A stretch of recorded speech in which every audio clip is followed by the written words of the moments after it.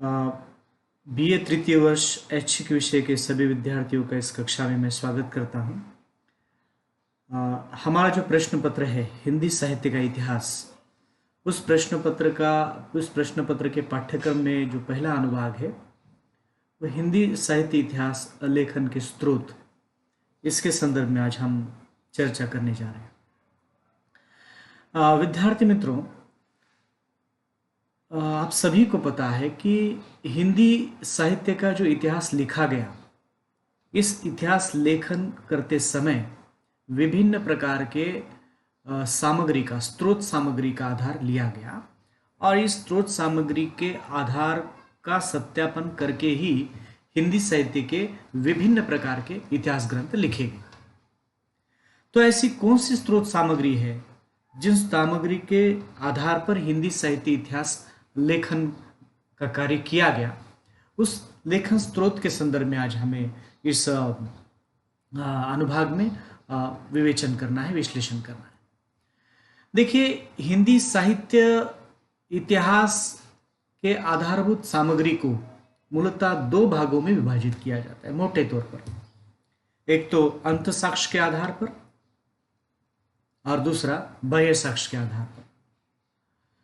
अंत साक्ष्य के आधार पर ऐसे भक्त और संत कवियों से संबंधित कुछ आधारभूत ग्रंथ आते हैं। विभिन्न कवियों से संबंधित साहित्यकारों की प्रकाशित और अप्रकाशित रचनाएं, ये सभी प्रकार के मूल आधारभूत ग्रंथ आते हैं। उन ग्रंथों को आधार बनाकर ही साहित्य इतिहास लेखन का कार्य किया गया, या अंत साक्ष्य के आधार पर। और दूसरा है बाह्य साक्ष्य। इसमें कुछ साहित्यिक सामग्री है, कुछ ऐतिहासिक प्राचीन शिलालेख है, वंशावलियां हैं, कुछ जनश्रुतियां हैं, या अलग अलग प्रकार की ज्ञापक सामग्री है। तो ये दो आधारभूत सामग्री के आधार पर ही जो है वह लेखन कार्य किया गया है, अंत साक्ष्य और बाह्य साक्ष्य।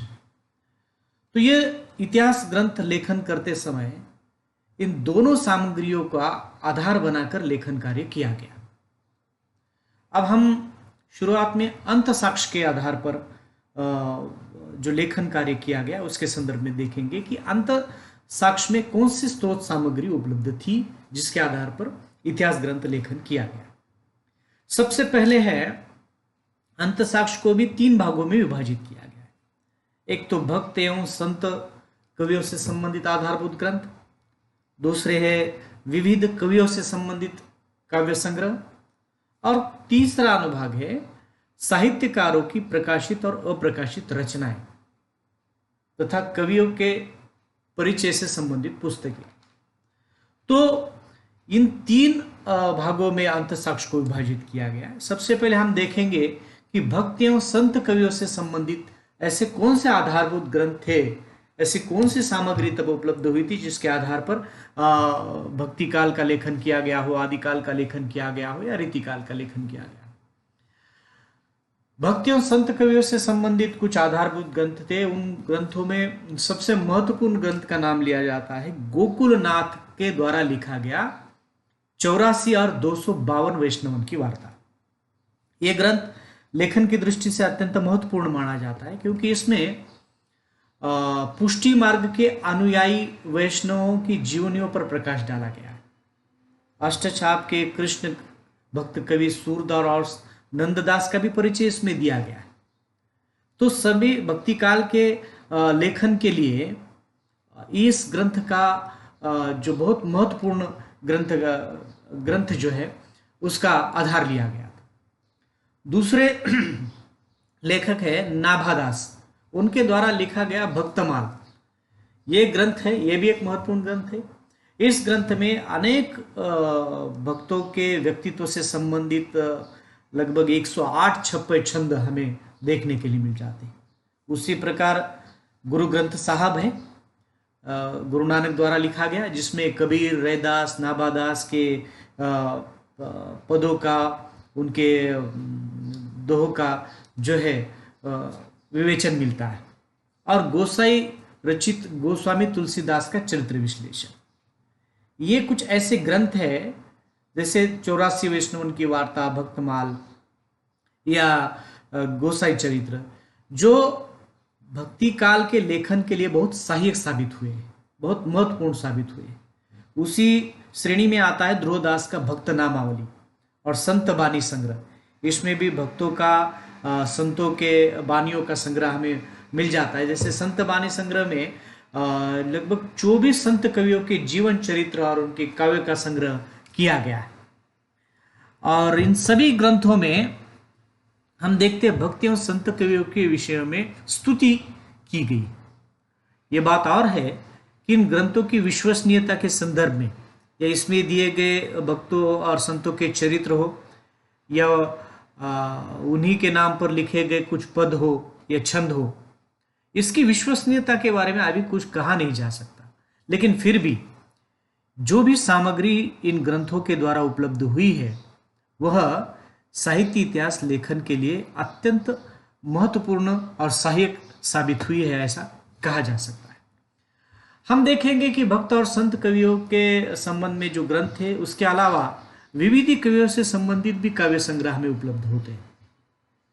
और भी ऐसे कवि हैं जिनके संबंध में कुछ काव्य संग्रह है, जैसे कि कविमाला ये ग्रंथ है जिसमें 75 कवियों की कविताओं का संकलन किया गया है। कालिदास हजारा जिसमें लगभग 292 कवि और 1000 कविताओं का संकलन किया गया है। इसी श्रेणी में एक महत्वपूर्ण कवि का नाम ग्रंथ का नाम आता है जो भिखारी दास ने लिखा है, काव्य निर्णय। ये ग्रंथ एक और तो काव्य के आदर्शों को लेकर विवेचन इसमें मिलता है और दूसरा कवियों का संकलन किया गया या कवियों का परिचय भी इस ग्रंथ में हमें देखने के लिए मिल जाता है।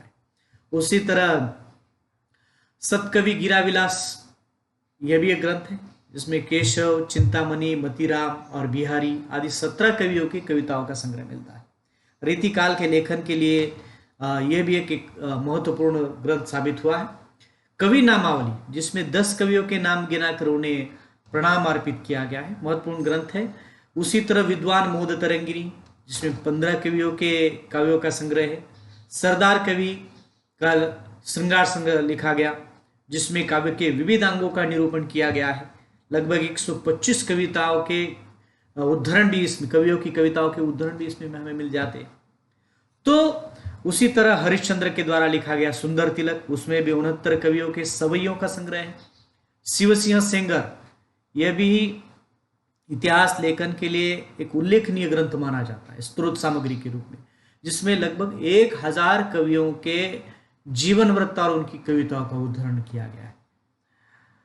तो ये सभी ऐसे ग्रंथ हैं जो हिंदी साहित्य इतिहास लेखन के लिए एक आधारभूत सामग्री के रूप में अपना महत्वपूर्ण योगदान देते हैं। ये सभी महत्वपूर्ण ग्रंथों का ही उल्लेख मैंने यहाँ पर किया है। और भी हम कुछ ग्रंथों के यहाँ नाम, वैसे तो मेरे पास बहुत नाम इसके उपलब्ध है, जैसे कि कवि रत्नमाला यह भी एक ग्रंथ है जिसमें राजपूताने के 108 कवियों की कविताओं की विवेचन किया गया है और सम्मिलित की गई है उनकी कविताएं।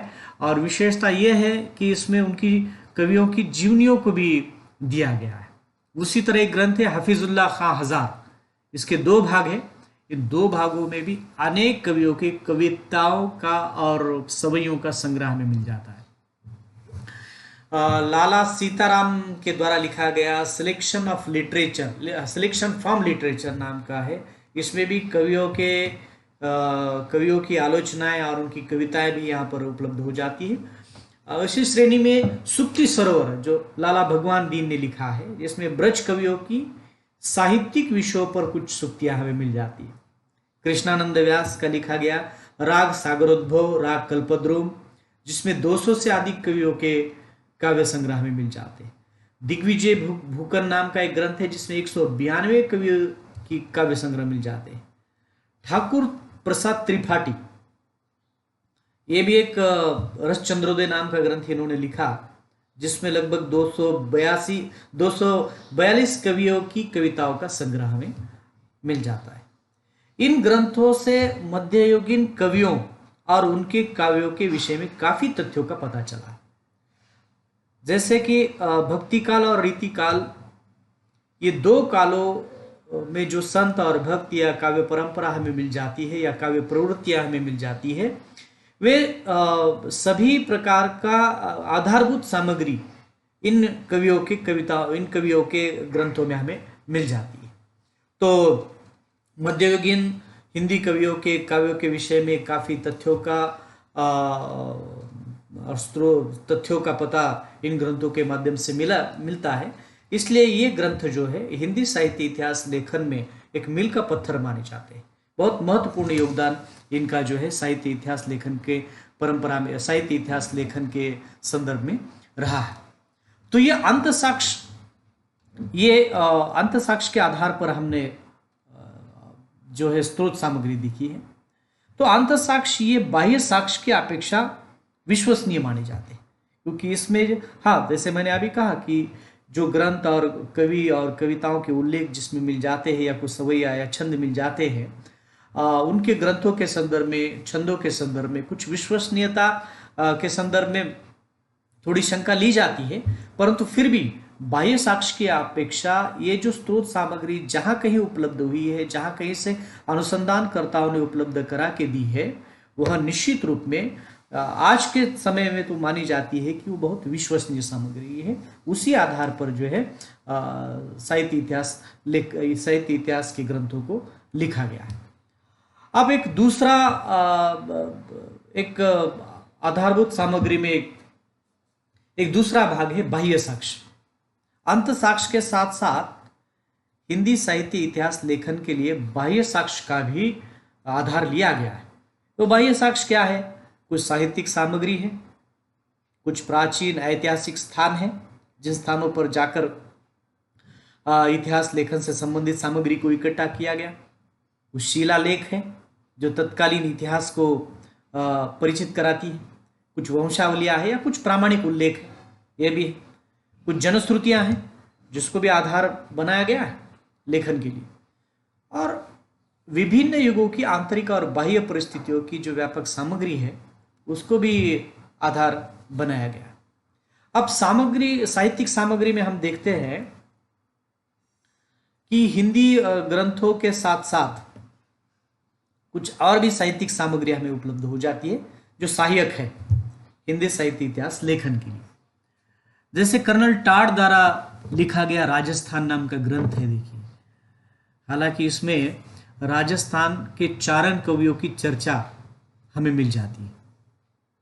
उसी तरह काशी नागरी प्रचारिणी सभा की एक रिपोर्ट है, खोजक रिपोर्ट, जिसमें बहुत से अज्ञात कवियों और लेखकों का परिचय और उनकी रचनाओं के उदाहरण हमें मिल जाते हैं। साथ ही साथ मोतीलाल मेनारिया के द्वारा लिखा गया राजस्थान में हिंदी के हस्तलिखित ग्रंथों की खोज, एक अनुसंधानात्मक दृष्टि से लिखा गया ये ग्रंथ है। भले ही इसमें राजस्थान के हिंदी कवियों के हस्तलिखित ग्रंथों की बहुत सी प्रतियां हमें आज भी उपलब्ध है, जिसमें राजस्थान के अनेक ज्ञात और अज्ञात कवियों और लेखकों और उनकी रचनाओं का परिचय दिया गया है। उसी तरह एक अंग्रेजी ग्रंथ है हिंदुइज्म एंड ब्राह्मणिज्म, ये भी ग्रंथ है, कबीर एंड द कबीर पंथ। ये ऐसी साहित्यिक सामग्री है जो हिंदी के साहित्य इतिहास लेखन के लिए बहुत सहायक साबित हुई है। बहुत महत्वपूर्ण योगदान इस साहित्यिक सामग्री का भी रहा है।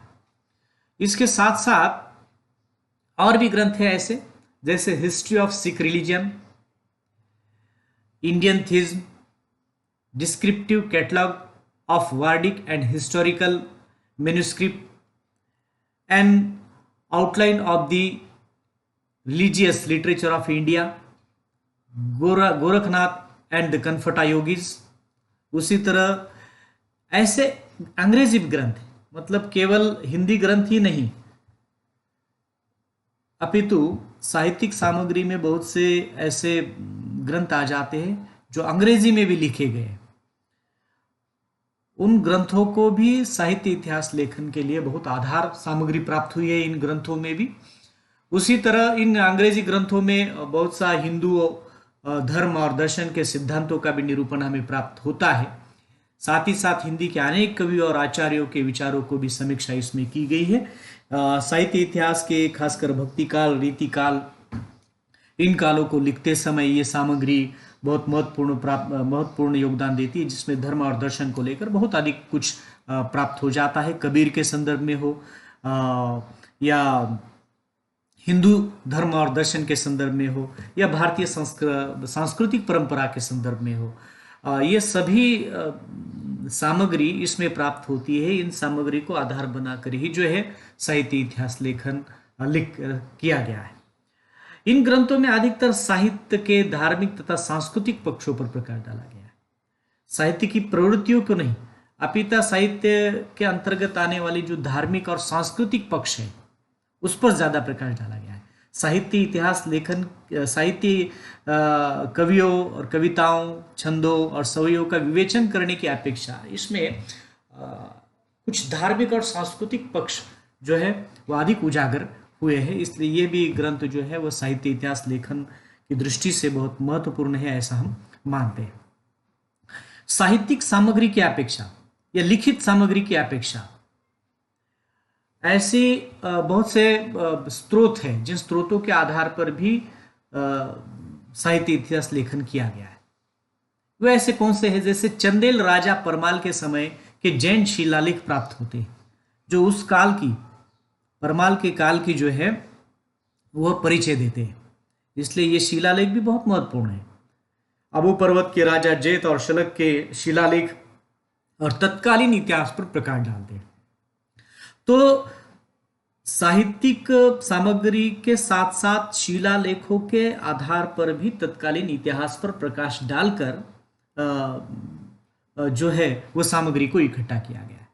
कुछ ऐतिहासिक स्थान भी उसमें शामिल है, जैसे काशी में कबीर चौराहे, 80 घाट है, कबीर की समाधि है, जहां पर जाकर साहित्यकारों ने या इतिहासकारों ने कुछ सामग्री को इकट्ठा किया है।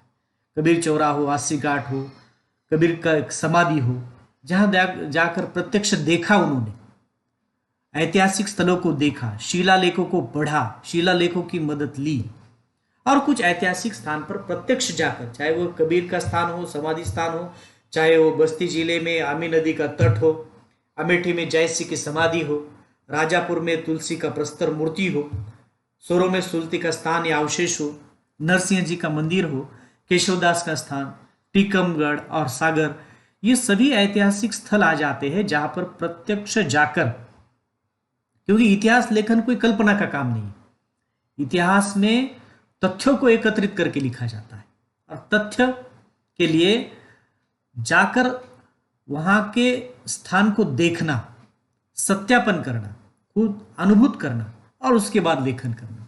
इसलिए इतिहास लेखन बहुत कठिन कार्य माना जाता है, क्योंकि इतिहास ये कल्पना पर आधारित या चार दीवारी में एक कमरे में बैठकर नहीं लिखा जा सकता है।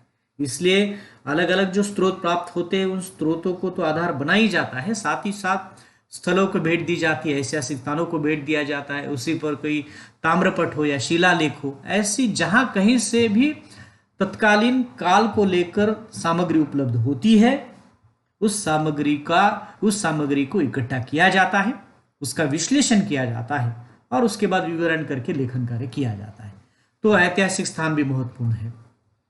जनश्रुतियां, मतलब साहित्यिक सामग्री के साथ साथ कुछ प्राचीन ऐतिहासिक सामग्री को भी आधार बनाया, लेकिन इतना ही नहीं बल्कि जनश्रुतियों का भी आधार लिया गया लेखन कार्य करते समय।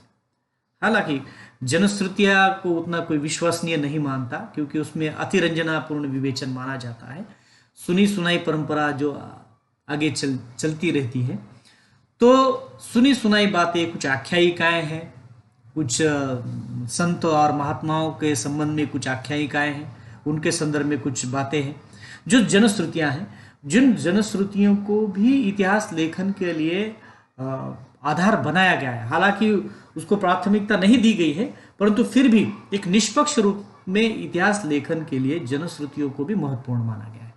उसमें क्या है कि कवियों के जीवन और उनकी साधना के संबंध में अनेक जनश्रुतियां प्रचलित हैं, जैसे कबीर के जन्म के संदर्भ में, उनके मृत्यु के संदर्भ में या उनके माता पिता के संदर्भ में, ऐसी बहुत सी जनश्रुतियां प्रचलित है जो हमें काशी के आसपास या ऐसे ऐतिहासिक स्थानों पर मिल जाती है। कबीर ने जहां पर वास्तविक किया है वहां के आसपास के स्थलों पर ये जनश्रुतियां सुनने को मिल जाती है। तुलसी के संदर्भ में भी है, सूरदास के संदर्भ में भी है, ऐसे बहुत से कवियों के संदर्भ में बहुत सी जनश्रुतियां, जयसी के संदर्भ में भी ऐसी जनश्रुतियां उपलब्ध है, प्रचलित है, उनको भी सुना गया और देखा गया कि इतिहास लेखन में वो कुछ मददगार साबित होते हैं या नहीं होते, मतलब उसी का भी आधार लिया गया। जनश्रुतियां, जैसे मैंने कहा कि प्रामाणिक, उतनी अधिक प्रामाणिक नहीं होती, उसमें अतिरंजना का भाग अवश्य होता है, किंतु एक बात है कि सत्य के और संकेत तो उसमें मिल जाते, इसलिए कुछ सत्यापन करके लेना पड़ता है जनश्रुतियों का। तो विभिन्न युगों की परिस्थितियों की बोधक सामग्री में विभिन्न युगों के इतिहास और भी ग्रंथ आ जाते हैं, मतलब साहित्यिक सामग्री में केवल इतिहास ग्रंथ ही नहीं, तत्कालीन काल में लिखे गए विभिन्न प्रवृत्तियों को लेकर लिखे गए भी कुछ ऐसे ग्रंथ हैं जिन ग्रंथों को आधार बनाकर साहित्य इतिहास लेखन किया गया है। हमने हिंदी साहित्य के इतिहास की जो आधारभूत सामग्री है, मतलब बाह्य साक्ष्य के आधार पर जो सामग्री उपलब्ध होती है और अंत साक्ष्य के आधार पर जो सामग्री उपलब्ध होती है, उन सभी सामग्री की स्थूल मूल स्रोतों की चर्चा की है, फिर भी वह अपर्याप्त है। उसके आधार पर हिंदी साहित्य का एक सुनिश्चित और प्रामाणिक ग्रंथ लिखना या तैयार करना बहुत कठिन कार्य है। जितना भी मिला है, जैसे जिस कालखंड में जितना अनुसंधान के द्वारा प्राप्त हुआ, उसी प्राप्त सामग्री के आधार पर तत्कालीन काल में इतिहास ग्रंथ लेखन किया गया। लेकिन जैसे जैसे समय आगे बढ़ता चला गया, अनुसंधान की नई नई प्रवृत्तियां आगे बढ़ती चली गई, अनुसंधान किया गया, शोध किया गया, उन शोधों के आधार पर भी अलग अलग प्रकार की सामग्री उपलब्ध हो गई, तो फिर नई सामग्री उपलब्ध हो गई, पहले की सामग्री फिर नई सामग्री। इस तरह से जैसे जैसे हम आगे बढ़ते चले जाएंगे, जैसे जैसे इतिहास का या साहित्यकारों का या कवियों को लेकर अनुसंधान किया जाएगा, उस संदर्भ में नए नए संदर्भ हमें अनुसंधान के द्वारा प्राप्त हो जाएंगे। इसलिए इतिहास लिखना कोई एकदम से इतिहास लिखा गया और हो गया, ऐसा होता नहीं। इतिहास लेखन की प्रक्रिया निरंतर चलती रहती है। जैसे जैसे नए स्रोत प्राप्त हो जाते हैं, जैसे जैसे नए तथ्य प्राप्त हो जाते हैं, उन्हीं तथ्यों को आधार बनाकर आगे लेखन कार्य किया जाता है।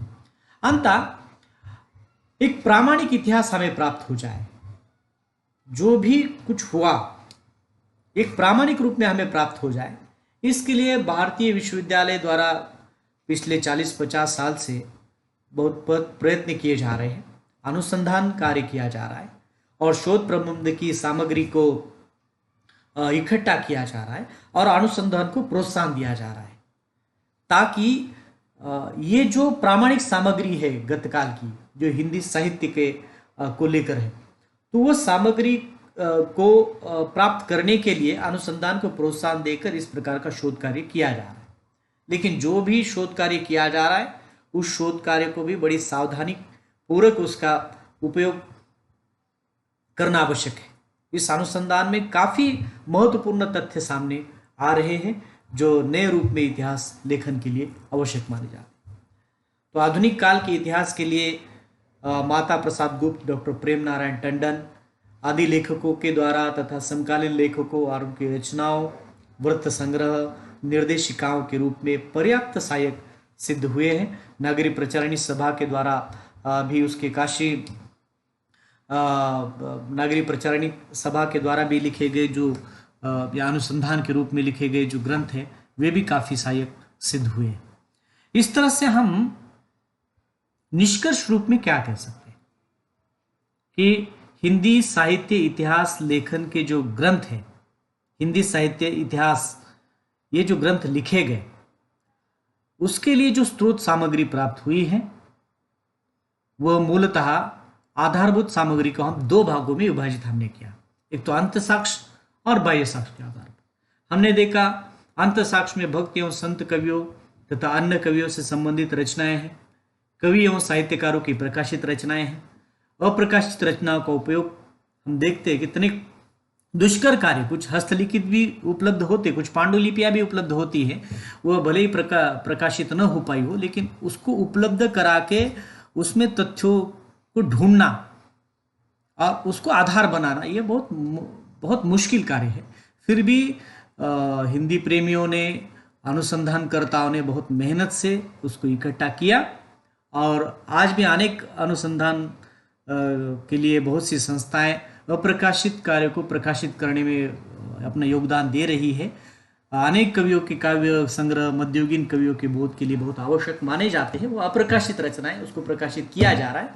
लेकिन ऐसी कुछ संतों से संबंधित, भक्तों से संबंधित और तत्कालीन कालखंड से संबंधित जो ग्रंथ लेखन किया गया, वह अंत साक्ष्य के आधार पर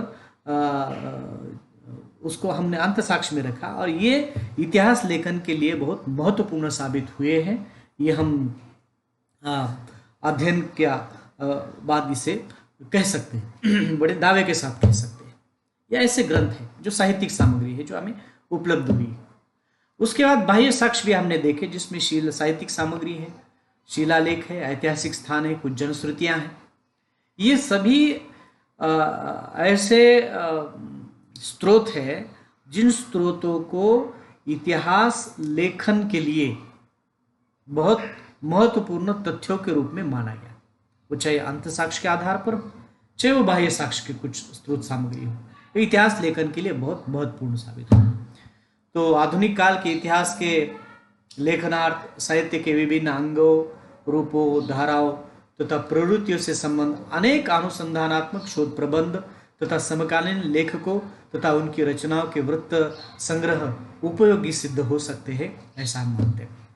इस दृष्टि से हम देखते हैं, आज हमने देखा कि हिंदी साहित्य का जो इतिहास लिखा गया, या हिंदी साहित्य के जो विभिन्न प्रकार के इतिहास लिखे गए, अलग अलग लेखकों ने इतिहास ग्रंथ लेखन किया है। उन्होंने इतिहास लेखन करते समय जो स्रोत सामग्री के रूप में भक्त और संतों से संबंधित जो कुछ ग्रंथ प्राप्त हो जाते हैं, चाहे वो प्रकाशित ग्रंथ हो, चाहे अप्रकाशित ग्रंथ हो, चाहे वो पांडुलिपियां हो या हस्तलिखित हो, या कुछ जनश्रुतियां हो, ऐतिहासिक स्थान हो, ये सभी प्रकार की स्रोत सामग्री को लेखन के लिए उपयोग में लाया है, उसका गहरे रूप में अध्ययन किया है, उसका सत्यापन करने के बाद उसका योग्य तरह से विश्लेषण किया गया, और विश्लेषण करने के बाद ही जो है हिंदी साहित्य इतिहास लेखन का कार्य किया गया है। जैसे कि मैंने पहले भी कहा है कि हिंदी साहित्य का इतिहास या किसी भी साहित्य का इतिहास लेखन यह बहुत दुष्कर कार्य होता है, क्योंकि बहुत सी बाधाओं को पार कर हमें उस कालखंड के तथ्यों को, उस कालखंड के तथ्यों को साबित करना और उसके बाद लेखन करना बहुत मुश्किल कार्य होता है। फिर भी ये कार्य अविरत रूप में अभी भी चालू है। बहुत से आधुनिक कवि, बहुत से आधुनिक लेखक, आधुनिक इतिहास लेखन के लिए बहुत से कवि, अनुसंधान करने वाले, अनुसंधानकर्ता, शोधकर्ता, हिंदी प्रेमी अपना अपना योगदान देकर हिंदी साहित्य के प्रामाणिक इतिहास लेखन के लिए अपना योगदान दे रहे हैं। बहुत बहुत धन्यवाद। आशा करता हूँ आपको ये जो मैंने विश्लेषण किया है वो समझ में आया होगा। बहुत बहुत धन्यवाद।